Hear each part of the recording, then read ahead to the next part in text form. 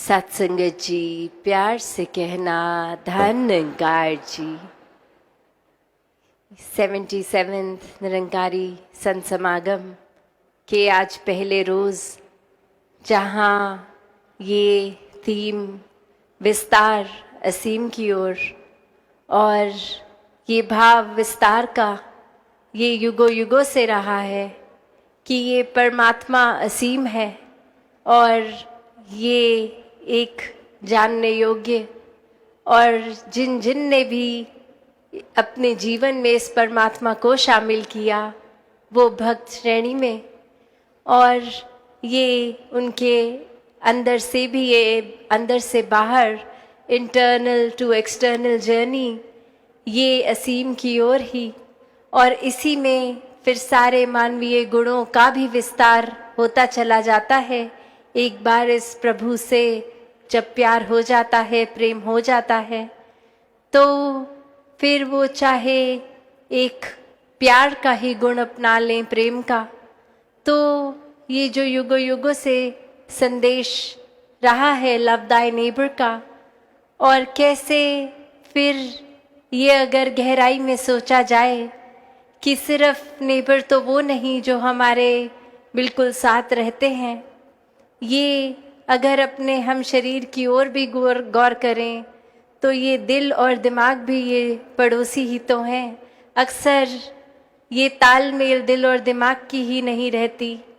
ये मन तो चंचल कुछ भी सोचता है, अक्सर एक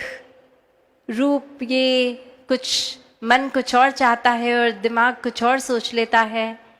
कैसे फिर ये अक्सर आजकल मन में तनाव की भी बात आती है, तो ये बैलेंस की बात जहाँ,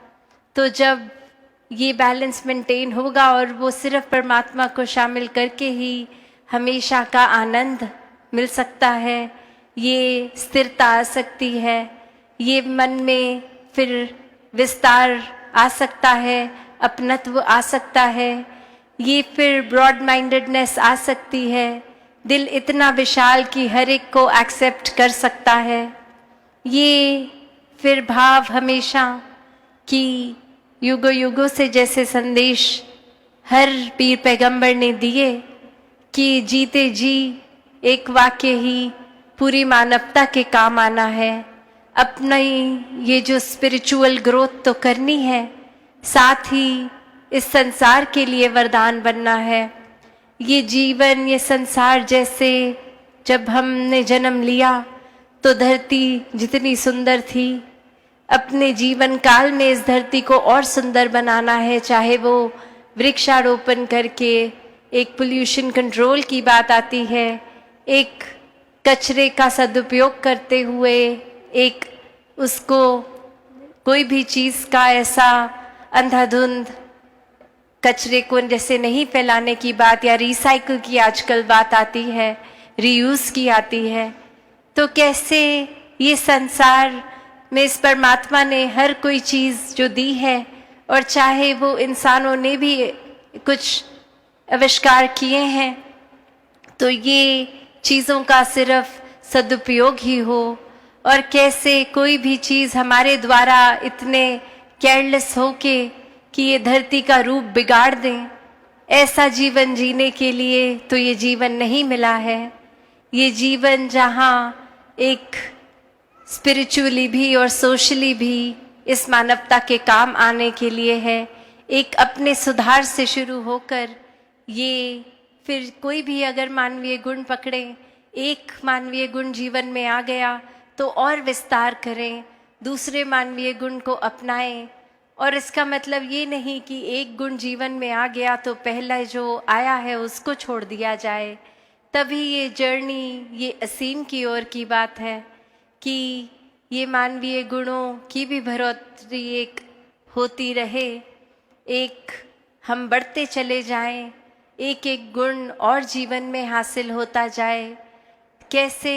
फिर इस संसार में प्रीत, नम्रता, समदृष्टि, विशालता, करुणा, दया इत्यादि कोई भी गुण अगर सोच लें, वो एक हम जीता जागता एक फिर वो प्रमाण हो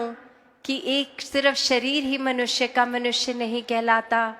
वाकई ही ये मानवीय गुण अगर है तो ही ये सफल जीवन है। और इसी तरह फिर इस परमात्मा, इस रूहान, इस की तरफ ही ये विस्तार होता रहे। और ये बीइंग बाउंडलेस वाली बात कि फिर कोई सीमा नहीं रहती। जब ये परमात्मा ही असीम है तो फिर ये प्यार का भाव भी ये असीम हो सकता है।